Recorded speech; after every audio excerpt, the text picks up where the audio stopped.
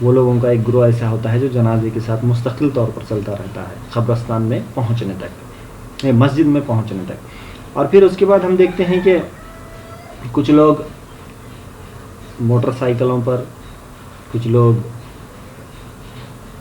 ادھر ادھر کی باتیں کرتے ہوئے کہیں رک جاتے ہیں، پھر دوبارہ شامل ہوتے ہیں۔ اس قسم کے مختلف واقعات کا یہاں پہ تذکرہ انہوں نے کیا ہے۔ بھیڑ میں کچھ غرض مند جو عہدیداروں سے اپنے کام نکلوانا چاہتے ہیں وہ لوگ بھی موجود ہیں، اور وہ لوگ بھی کیا کرتے ہیں، دھیرے دھیرے اپنے عہدیداروں سے بات کرنے لگ جاتے ہیں، ادھر ادھر کی باتیں کرتے ہیں، پھر اس کے بعد اپنے اصل مدعا پہ آتے ہیں اور اپنی غرض کے بارے میں بات کرتے ہیں۔ تو ایک صاحب ہٹتے ہیں تو دوسرے صاحب پھر عہدیدار کے پاس پہنچ جاتے ہیں، اور یہ سلسلہ مسجد تک، جنازہ پہنچنے تک چلتا ہے۔ پھر وہاں پہ کچھ دوسری صورت دیکھنے کو ملتی ہے کہ کچھ لوگ ایسے ہوتے ہیں جیسے ہی مسجد قریب دکھائی دیتی ہے، اس میں سے بھی کچھ لوگ جنازے کے ساتھ جو آئے ہوئے ہیں اس میں کچھ لوگ دھیرے دھیرے آہستہ آہستہ بازو ہونے لگ جاتے ہیں۔ کچھ لوگ ایسے ہیں جو نماز جنازہ پڑھنے کے لیے گھر سے بالکل پوری تیاری سے آئے ہوئے ہیں، اور کچھ لوگ ایسے ہیں جو ہمیشہ سے نماز جنازہ پڑھتے ہیں، اور کچھ صاحب ایسے ہیں جنہوں نے نہ کبھی نماز جنازہ کسی کی پڑھی ہے اور نہ وہ آج نماز جنازہ پڑھنے کی تیاری سے آئے ہوئے ہیں۔ تو یہ جو حقیقت ہے زمانے کی، یہ سچائی جو ہے، اس کو بہت ہی خوبصورت ڈھنگ سے مرزا فرت اللہ بیگ نے یہاں پہ اجاگر کیا ہے۔ وہ کہہ رہے ہیں کہ موٹر گاڑیاں، سواریوں پہ وہ آڑ لے کر لوگ جدھر ادھر رک جاتے ہیں، اور اس بات کا انتظام کر کے رکھتے ہیں کہ نماز جنازہ ہوتے ہی ان کو اطلاع مل جائے اور وہ جنازے میں دوبارہ سے شامل ہو جائیں۔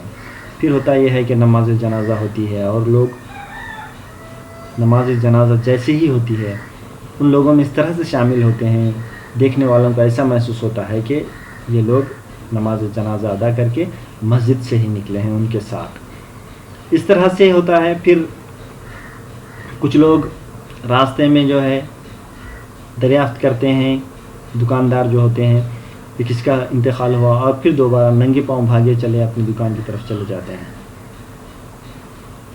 وہ لوگ اس بات سے اندازہ لگاتے ہیں کہ بھیڑ زیادہ ہے تو پیسے والے لوگ ہیں اور اسی کے بارے میں کوئی پوچھے گا، ورنہ جس میت کے ساتھ یا جس جنازے کے ساتھ 2-4 لوگ ہیں اس کے بارے میں تو کوئی جاننا بھی نہیں چاہتا۔ اس قسم کی جو ہے حرکت ہے وہ لوگ کرتے ہیں، اور ایسا محسوس ہوتا ہے کہ یہ لوگوں کو میونسپل کمیٹی جو ہے اس نے رجسٹر دی ہے حیات و اموات کا، اور ان کو تفویض کر دیا ہے کہ وہ اپنا کام رجسٹر میں مرنے والے کے نام اندراج کریں اور اپنی ذمہ داری سے سبکدوش ہوں۔ تو اس طرح کی کچھ باتیں یہاں پہ انہوں نے پیش کی ہیں، اور آگے کہتے ہیں کہ جب موٹر نشین ہوتے ہیں انہیں ایسا محسوس ہوتا ہے کہ یہ جو سڑک ہے صرف انہی کے لیے بنی ہوئی ہیں، اور جنازہ اگر سڑک پر سے گزرتا ہے تو انہیں بہت ہی زہر معلوم ہوتا ہے۔ رفتار موٹر کی وہ دھیمی کرنے کو تیار نہیں ہوتے۔ کیوں کریں گے وہ؟ کیونکہ پیٹرول کا خرچ بڑھ جائے گا، اس لیے وہ لوگ کیا کرتے ہیں، بار بار ہارن بجاتے ہیں، اور لوگ جو جنازے میں ساتھ تھے وہ ادھر ادھر بکھر جاتے ہیں، جنازہ ٹیڑھا ترچھا ہو جاتا ہے، لیکن موٹر والے صاحب کی رفتار میں کوئی کمی نہیں آتی ہے، اور ایسا محسوس ہوتا ہے کہ قیامت آئے گی بھی تو یہ ہارن بجا بجا کر اسے سامنے سے ہٹانے کی کوشش کریں گے۔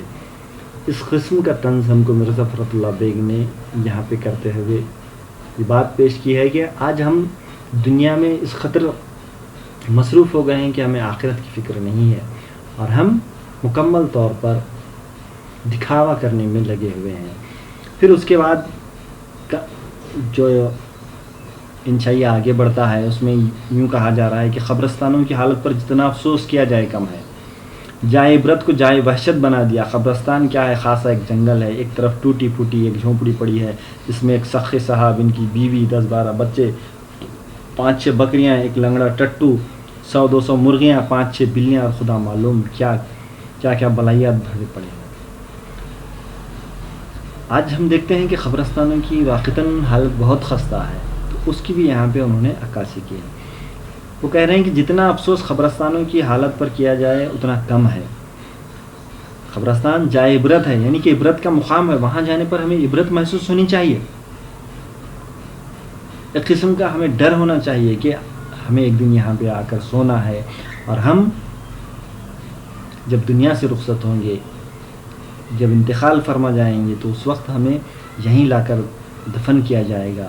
تو وہاں کی جو کیفیت ہے اتنی خطرناک ہے، یہ اس کو ایک جنگل کا جیسا جائے عبرت کی جگہ جائے وحشت بنا دیا گیا ہے، اس کو ایسا محسوس کیا جاتا ہے، یعنی کہ ایک جنگل کا علاقہ اس کو بنا دیا گیا ہے، وہاں پہ صفائی کا انتظام نہیں ہے۔ دیکھیے اس کے آگے وہ تصویر کشی کس طرح سے کر رہے ہیں، ایک ٹوٹی پھوٹی جھونپڑی بنی ہوئی ہے، اس میں ایک سقا ہے، سقا یعنی کہ پانی دینے والا، پھر اس کی بیوی ہے اور اس کے 10-12 بچے ہیں، پھر 5-6 بکریاں بھی ہیں، ایک لنگڑا ٹٹو ہے، 100-200 مرغیاں بھی ہیں وہاں پہ، 5-6 بلیاں ہیں، اور خدا معلوم کیا کیا بلائیات ہیں وہاں پہ۔ جس حصے میں خبریں ہیں وہاں کی گھاس بڑھ کر کمر ہو گئی ہے۔ دیکھیے جس حصے میں خبریں بنائی ہوئی ہیں وہاں کی گھاس کتنی بڑی ہوئی ہے، کمر تک بڑی ہوئی ہے۔ دیواروں کو توڑ کر لوگوں نے اسے راستے بنا لیے ہیں، جو خبر کی دیواریں ہیں اس کو توڑ کر لوگوں نے راستہ بھی بنا لیا ہے۔ نیم پیپل اور خدا معلوم کس کس قسم کے درخت خبروں کے تعویذ اور چبوترے توڑ کر نکل آئے ہیں۔ خبروں کے جو چبوترے ہیں اس میں سے کتنے قسم کے درخت اگے ہیں وہ کسی کو پتہ نہیں، یعنی کہ نیم ہے، پیپل ہے، اور بھی بہت خدا جانے کتنے قسم کے وہ پیڑ اس سے اگے ہیں۔ کوئی خبر دھنس کر کنواں بن گئی ہے، کسی کا تعویذ ہی غائب ہے۔ تو کوئی خبر دھنس گئی ہے، دھنس کس طرح سے گئی ہے، کنواں بن گئی ہے، اور کسی کا تعویذ بھی غائب ہو گیا ہے، کسی چبوترے کی اینٹیں نکل گئی ہیں اور جھونپڑی میں خرچ ہو گئے ہیں۔ چبوترے کی اینٹیں نکال کر وہ سقا جو ہے اس کی جھونپڑی کو وہ اینٹیں لگائی گئی ہیں۔ غرض قسم پرسی نے اس حصے کی عجیب حالت کر دی ہے۔ قسم پرسی غریبی یا بری حالت جس کو ہم کہہ سکتے ہیں۔ دوسرا حصہ جس میں خبریں نہیں ہیں وہ کسی قدر صاف ہے، جس حصے میں خبریں نہیں ہیں وہ حصہ صاف ہے، اور کیوں نہ ہو پہلے حصے کا مردوں سے تعلق ہے اور دوسرے کا زندوں سے۔ جو دوسرا حصہ ہے وہ کچھ حد تک صاف ہے، اور صاف کیوں نہ ہو، طنز کرتے ہوئے کہہ رہے ہیں کہ صاف کیوں نہیں رہے گا وہ، کیونکہ وہ اس کا تعلق زندوں سے ہے، اور جو لوگ مر چکے ہیں، جو انتقال فرما چکے ہیں، ان کا تعلق مردوں سے ہے۔ تو پہلا حصہ جو صفائی جس میں نہیں تھی وہ اس حصے کا تعلق مردوں سے ہے، اس لیے اس کی صفائی نہیں ہے، اور دوسرا جو حصہ جس کا تعلق زندوں سے ہے اس کی صفائی ہے۔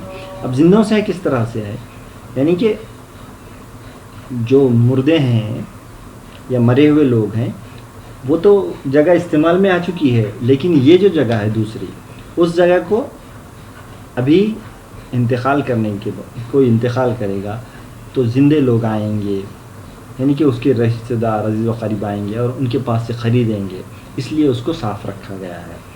مردے تو اپنی خبر کی مرمت کرنے یا کرانے سے رہے، ان کے جو عزیز ہیں وہ سمجھتے ہیں کہ اس فضول چیز پر کون کچھ خرچ کرے۔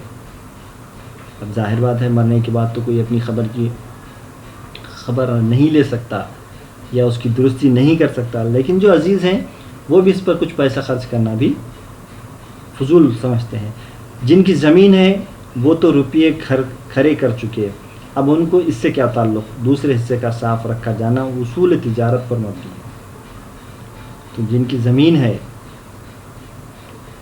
انہوں نے تو پیسے لے لیے ہیں، یعنی کہ جس وقت خبر تیار کرنے کے لیے ان کے پاس سے ان کے عزیز و قریب نے پیسے دے کر خبر خرید لی، اب ان کی ذمہ داری نہیں ہے، وہ جس کی زمین ہے اب ان سے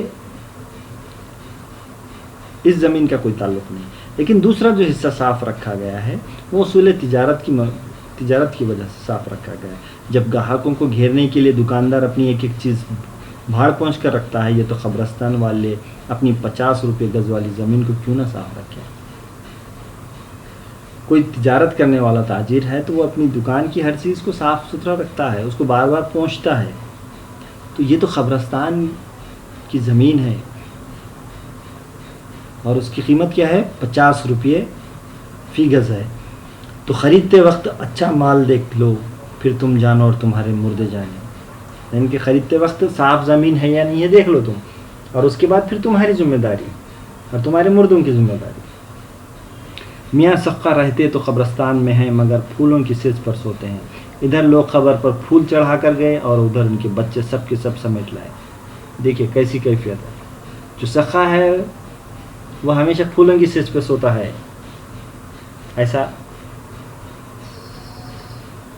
ایک نظریہ، ایک خیال فرحت اللہ بیگ پیش کر رہے ہیں. وہ کیوں کہہ رہے ہیں؟ ان کا کہنا ان کا مقصد یہ ہے کہ جو بچے ہیں خبروں پہ کے جو پھول ہیں وہ لے کر آتے ہیں اور سخا اسی پر سوتا ہے.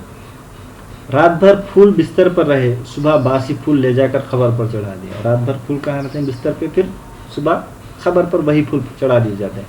خیر کیا عرض ہے، زندوں کا کام بھی نکل گیا، مردے بھی خوش ہو گئے.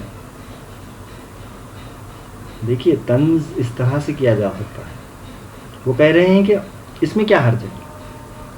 فرحت اللہ بیگ کہہ رہے ہیں اس میں کوئی حرج کی بات ہی نہیں ہے، کیونکہ زندوں کا کام بھی نکل گیا، یعنی کہ رات بھر پھول استعمال ہوئے اور مردوں کا کام بھی نکل گیا، باسی ہونے کے بعد خبر پر چلا گیا. اس گھر میں سل بٹا خریدنے کی کبھی نوبت نہیں آئی. خبر کے اچھے سے اچھے پتھر پر مسالے پیس لیا. اگر کچھ دنوں بعد کوئی دیکھنے بھالنے نہ آیا تو پتھر اکھاڑ جھونپڑی کے پاس لا رکھا. بکریاں خبروں پر خلانچے مارتی پھرتی ہیں، مرغیاں کچھ خبروں کو کرید رہی ہیں، بچے یا تو چبوتروں پر لوٹ مار رہے ہیں یا تعویذوں کو گھوڑا بنائے بیٹھے ہیں. بچیاں خبروں پر بیٹھی اینٹیں اور ٹھیکریاں پیس رہی ہیں. کسی بیچارے کی خبر پر چادر پڑی ہے. دیکھیں کیسی کیفیت ہے، اور واقعتاً یہ سچائی ہے. آج ہم دیکھ رہے ہیں اپنی آنکھوں سے اس قسم کے حالات ہیں. کیا کہہ رہے ہیں وہ؟ سل بٹا لانے کی ضرورت نہیں جس پہ مسالے پیسے جاتے ہیں. کیوں؟ خبر کے اچھے جو پتھر ہوتے ہیں اس پر مسالہ پیسا جاتا ہے، یعنی کہ سقے کے گھر کے لوگ مسالے پیستے ہیں.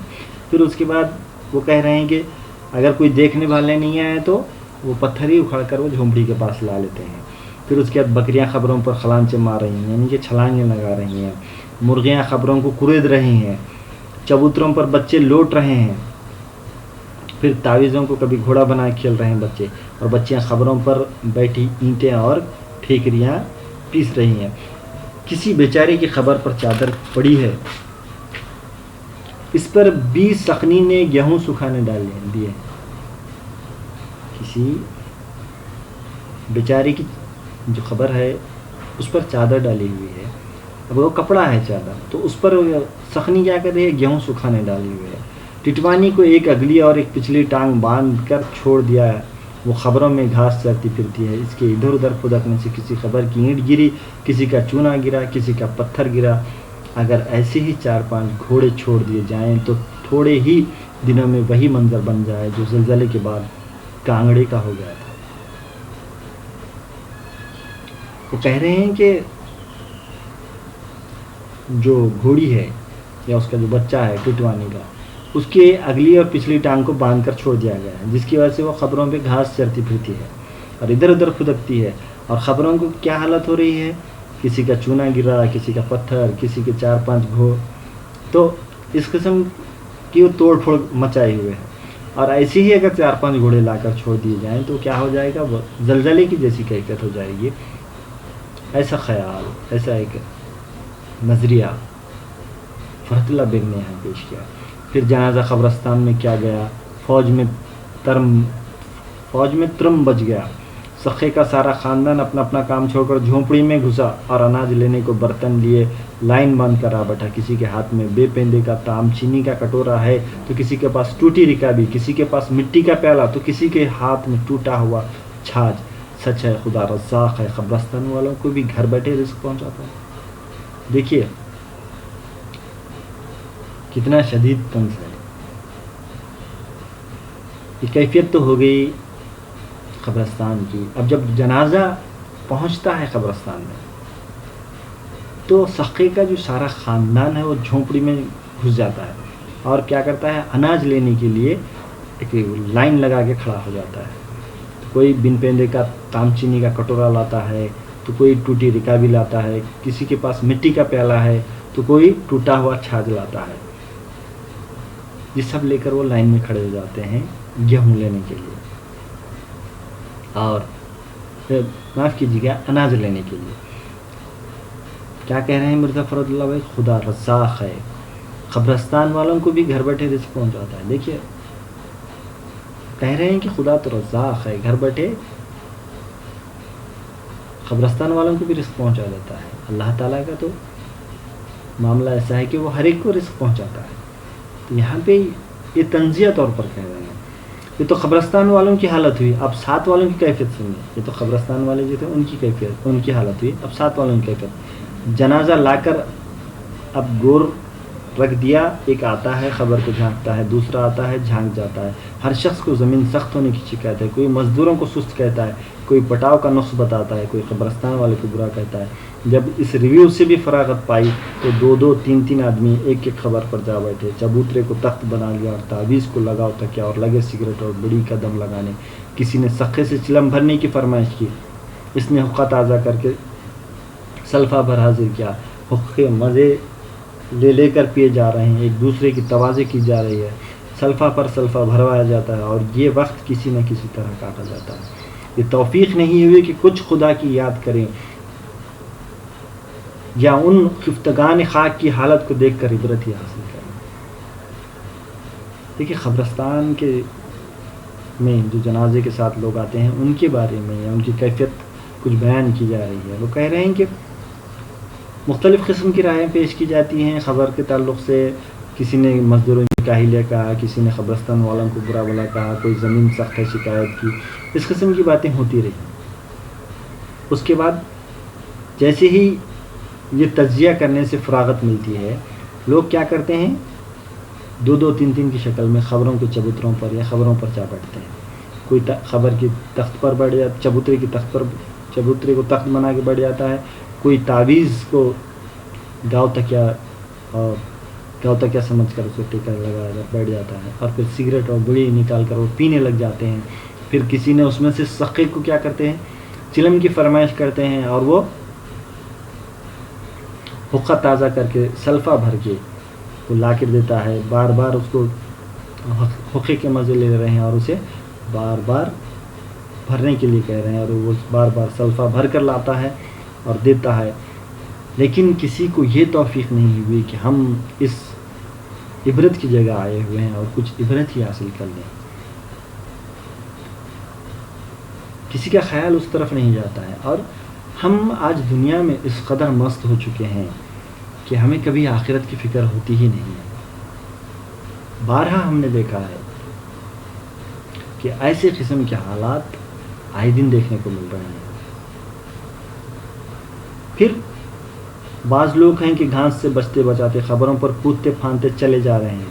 یہ کون ہیں؟ یہ وہ صاحب ہیں جن کے مرے ہوئے عزیزوں کے آج دن پھرے ہیں۔ یوں تو خدا نہ خواستہ فاتحہ کو کیوں آنے لگے؟ آج شرما شرمی قبرستان میں آ گئے ہیں، مفت کرم داشتین کی صورت ہے، چلو فاتحہ بھی پڑھ لیتے ہیں، اس کے بعد جب کوئی دوسرا عزیز یا دوست مرے گا تو پھر دیکھا جائے گا۔ اب کچھ لوگ ہیں، کیسے لوگ ہیں جو گھاس سے بچتے ہوئے خبروں پر کودتے پھلانگتے جا رہے ہیں۔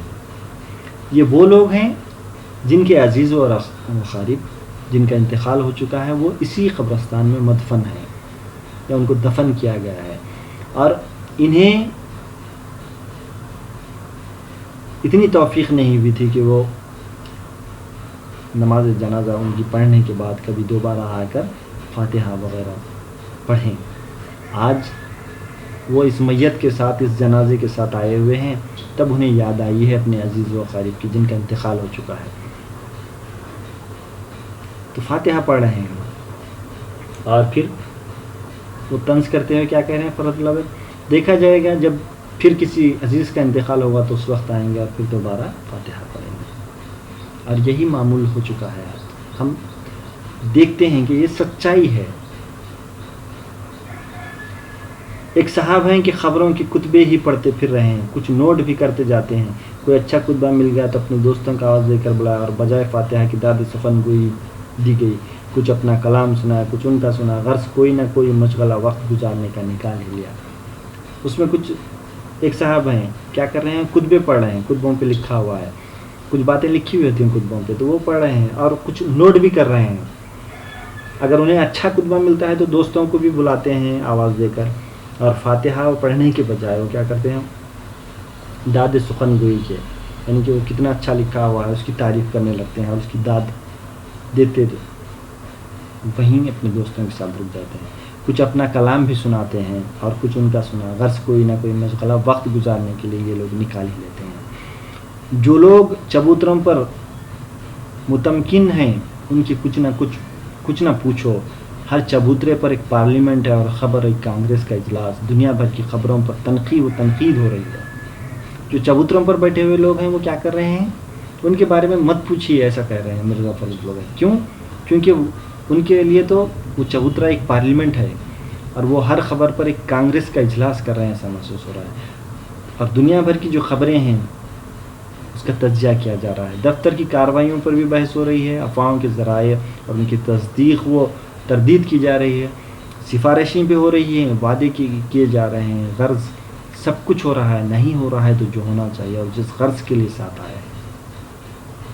اور وہاں سب کچھ ہو رہا ہے چبوتروں پر بیٹھ کر, لیکن نہیں ہو رہا ہے تو کیا نہیں ہو رہا ہے, جس غرض کی خاطر آئے ہیں. یعنی کہ اس مقام سے کچھ عبرت حاصل کریں, فاتحہ پڑھیں, اپنے اعمال کا احتساب لیں. وہ سب کچھ وہاں نہیں ہو رہا ہے. خیر خدا کر کے خبر آئی کہ خبر تیار ہے. کچھ تو اٹھ کر خبر کے گرد جا کھڑے ہوئے, کچھ وہیں بیٹھے رہ گئے. ایک صاحب نے خبر میں اتر کر گلاب اور عود چھڑکا, ایک نے میت کے اوپر کی چادر سمیٹی, چادر میں بل دیے. 2 صاحب نے لٹھے کے سرے پکڑ کر میت کو اٹھایا. 8-10 نے غل مچایا, سنبھال کے میت بھاری ہے, کمر کے نیچے چادر دو. ارے میاں اپنی طرف گھسیٹو, ہاں آہستہ سے. اب میت خبر کے منہ تک آ گئی. فقیروں یا یوں کہو کہ مفت خوروں کو اناج تقسیم ہونے لگا اور خبر کے گرد جو لوگ کھڑے تھے انہوں نے بے تحاشا غل مچانا شروع کیا. کوئی کہتا ہے ذرا کمر کی چادر کھینچو. ارے بھائی اتنا بھی دم نہیں ہے, دیکھنا کہیں خبر کا پاکھا نہ گرے. ہاں ذرا اور جھکا کر. لا الہ الا اللہ, میت بھاری ہے, ذرا سنبھال کے, آہستہ. بس بھائی کوئی چیخ رہا ہے, مٹھی کے بندھن کھول دو. ارے میاں یہ ڈھیلا لو, سر کے نیچے رکھ کر منہ قبلے کی طرف تو کر دو. واہ بھائی واہ, اتنا بھی نہیں آتا, ابھی منہ پورا نہیں پھرا. بس بھائی بس. دیکھیے اتنا عبرتناک منظر ہے, وہاں کی کیفیت اتنی مضحکہ خیز یا اتنی افسردہ کرنے والی ہے, جہاں پہ ہم کو فکر مند ہونا چاہیے, ہماری آنکھوں سے آنسو جاری ہونے چاہیے, ہم غمزدہ ہونا چاہیے. ہم اپنے اعمال کو یاد کر کے اللہ سے معافی تلافی کرنے کا وقت ہے, لیکن اس وقت بھی ہم باتوں میں مصروف ہیں. ہر ایک کا دھیان اس بات میں لگا ہوا ہے کہ کوئی کہہ رہا ہے کہ میت بھاری ہے, کوئی کہہ رہا ہے کہ اس کے سرہانے ٹھیلا لگا دو, کوئی کہہ رہا ہے کہ آہستہ گھسیٹو, کوئی کہہ رہا ہے کہ ذرا جھک کر, ذرا دھیرے سے. مختلف قسم کی باتیں سننے کو مل رہی ہیں. اس طرح کی جو کیفیت ہے, ایسی کیفیت ہم کو میت کو دفن کرتے وقت دیکھنے کو ملتی ہے. یہ مختلف فقرے ایک ہی زبان سے نہیں نکلتے کہ کچھ سمجھ میں بھی آ جائے. ہر شخص ہے کہ غل مچا رہا ہے. جو بیچارے خبر میں اترے ہیں وہ پریشان ہیں کہ کیا کریں کیا نہ کریں.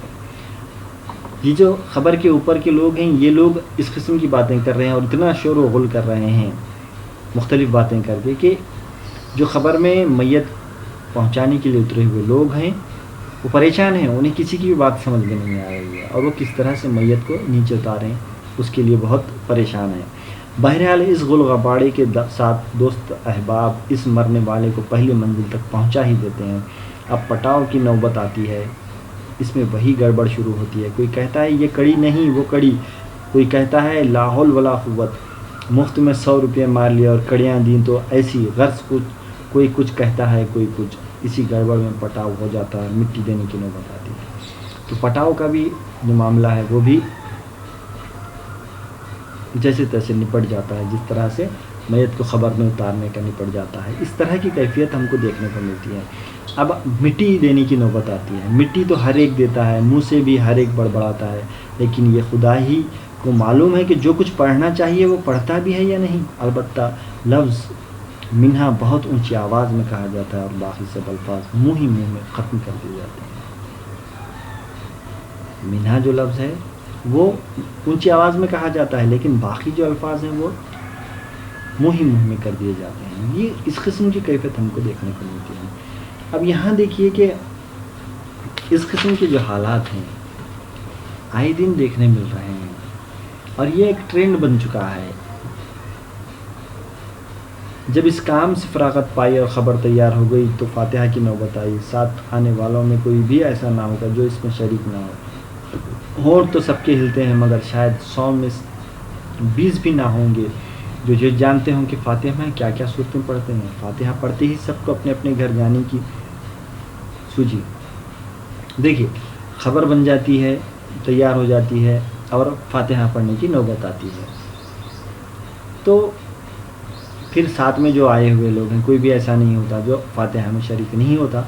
سب کے ہونٹ ہلتے ہیں، لیکن فرحت اللہ بیگ کہہ رہے ہیں کہ خدا ہی جانے کہ فاتحہ میں جو صورتیں پڑھنی چاہیے وہ کتنے لوگوں نے صحیح طور پر پڑھی ہیں یا نہیں پڑھی ہیں، یہ کتنے لوگوں کو معلوم ہے۔ پھر فاتحہ پڑھتے پڑھتے سب کو اب گھر جانے کی سوچتی ہے۔ یہ بھی پھر کر نہ دیکھا کہ مرنے والے کے اعزا کون ہیں اور ان کی کیا حالت ہے، تو ہر ایک کو اب گھر جانے کی پڑی ہوئی ہے۔ وہ یہ بھی نہیں دیکھتے کہ جو اہل خانہ ہیں جس کے گھر میں انتقال ہوا ہے اس خاندان کے لوگوں کی کیا کیفیت ہے، ان کی کیا حالت ہے۔ ہاں، فوراً وہ وہاں سے نکلنے کی کوشش ضرور کرنے لگ جاتے ہیں۔ ہاں، ان بیچاروں کو گھیرتے ہیں تو جنازہ لانے والے مزدور گھر سے چکا کر لائے تھے، مگر یہاں آ کر وہ بھی پاؤں پھیلاتے ہیں۔ اب اس خاندان کے لوگوں کو کون گھرتا ہے؟ جو جنازہ لانے کے لیے جن لوگوں کو جو مزدور لائے گئے تھے وہی لوگ گھیرتے ہیں، اور وہ بھی کیا کرتے ہیں؟ پاؤں پھیلانے لگ جاتے ہیں۔ پاؤں پھیلانے لگتے ہیں کہ اس سے مراد یہ ہے کہ وہ اب اپنی جو اجرت ہے وہ مانگتے ہیں، لیکن جو طے کی گئی ہے اس سے زیادہ مانگنے لگ جاتے ہیں۔ کبھی تو کہتے ہیں کہ فاصلہ بہت تھا، اب اس کے لیے بہانے تلاش کرتے ہیں اور کہتے ہیں کہ فاصلہ بہت تھا۔ کبھی کہتے ہیں کہ آپ کی وجہ سے دوسری میت چھوڑ کر آئے ہیں، اور کیا کہتے ہیں؟ دوسری میت بھی ہم چھوڑ کر آئے ہیں۔ وہاں آپ کے یہاں سے دوگنا مل رہا تھا، آپ کے یہاں سے دوسری طرف دگنا مل رہا تھا، لیکن اس کے باوجود بھی ہم نے اسے چھوڑا ہے۔ بہرحال ان مصیبت زدوں کو دکھ کر کے یہ مزدور کچھ زیادہ ہی لے مرتے ہیں، پھر جیسے تیسے کر کے مزدور ان سے زیادہ پیسے لے کے چلے جاتے ہیں۔ اب اختتام ہے، خوبصورت اختتام ہے۔ فرحت اللہ بیگ نے بڑا ہی دلچسپ، بڑا ہی دل کو چھو لینے والا اختتام یہاں پہ پیش کیا ہے۔ دیکھ لیا آپ نے اس زمانے کی میت کا رنگ جو میں نے عرض کیا تھا وہ صحیح نکلا یا نہیں؟ جس طرح سے شروعات میں انہوں نے کہا تھا کہ میں میت کا ذکر کرتا ہوں اور آپ کو تمام تفصیلات بتاتا ہوں، اب وہ سب تفصیلات ختم ہو گئے۔ وہ کہہ رہے ہیں کہ دیکھ لیا آپ نے زمانے کی میت کا رنگ، آج کے زمانے کی میت کا رنگ یہ ہے، اور میں نے جو بات کہی تھی کہ سب رسمن ہو گیا ہے، ظاہر داری ہے، جھوٹی باتیں ہیں، دکھاوا ہے، یہ سب چیزیں ہیں، اس کے علاوہ دوسرا کچھ نہیں ہے۔ اب سوائے اس کے کیا ہو کہ خدا سے دعا کی جائے کہ اللہ اپنے بندوں کو نیک ہدایت دے۔ اب خدا سے کیا دعا کی جائے؟ بس یہی دعا کی جا سکتی ہے کہ خدا اپنے بندوں کو نیک ہدایت دے، ان کے دل میں درد پیدا کرے، ان کے دل میں درد پیدا کرے، اس لیے بھی دعا کرنی چاہیے۔ یہ سمجھیں کہ احکام کیا ہیں اور ہم کیا کر رہے ہیں، یعنی کہ ہمارا مذہب نے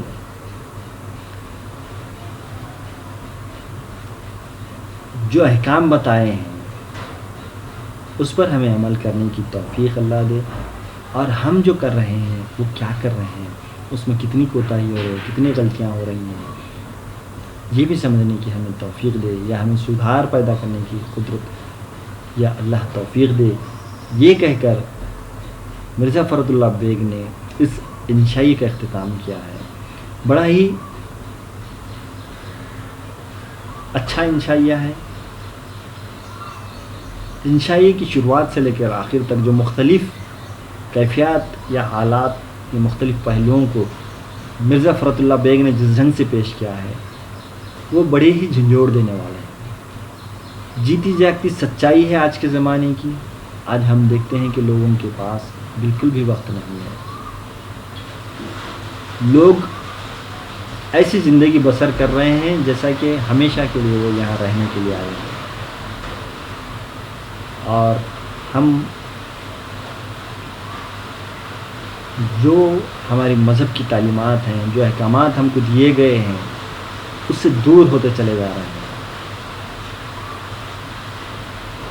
صرف اور صرف دکھاوے کی خاطر یا ظاہرداری کی خاطر ہم یہ تمام چیزیں کر رہے ہیں. اس میں سچائی، خلوص، محبت وغیرہ پوری طرح سے نکل چکے ہیں.